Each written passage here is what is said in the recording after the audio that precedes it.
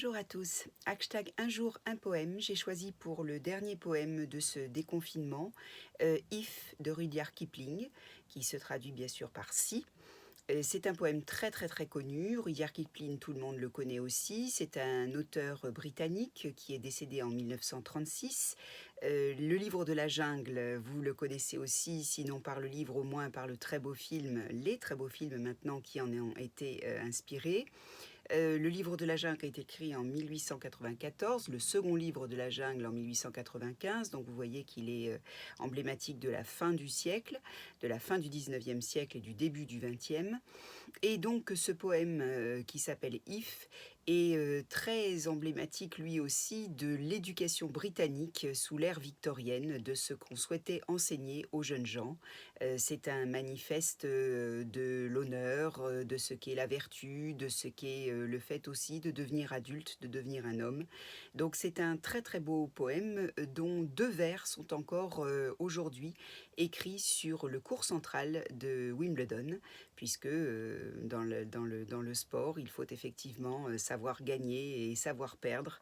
Donc ce sont 2 vers que l'on a gardés. Il faut juste signaler aussi que Rudyard Kipling a été le premier auteur britannique à obtenir le Nobel de littérature en 1907. Donc je vous présente ce très beau poème qui s'appelle If, donc Si en français, de Rudyard Kipling.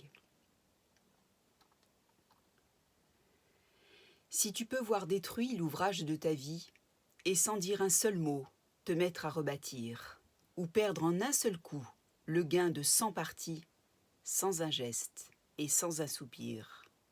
Si tu peux être amant, sans être fou d'amour, si tu peux être fort, sans cesser d'être tendre, et te sentant haï sans haïr à ton tour, pourtant lutter et te défendre.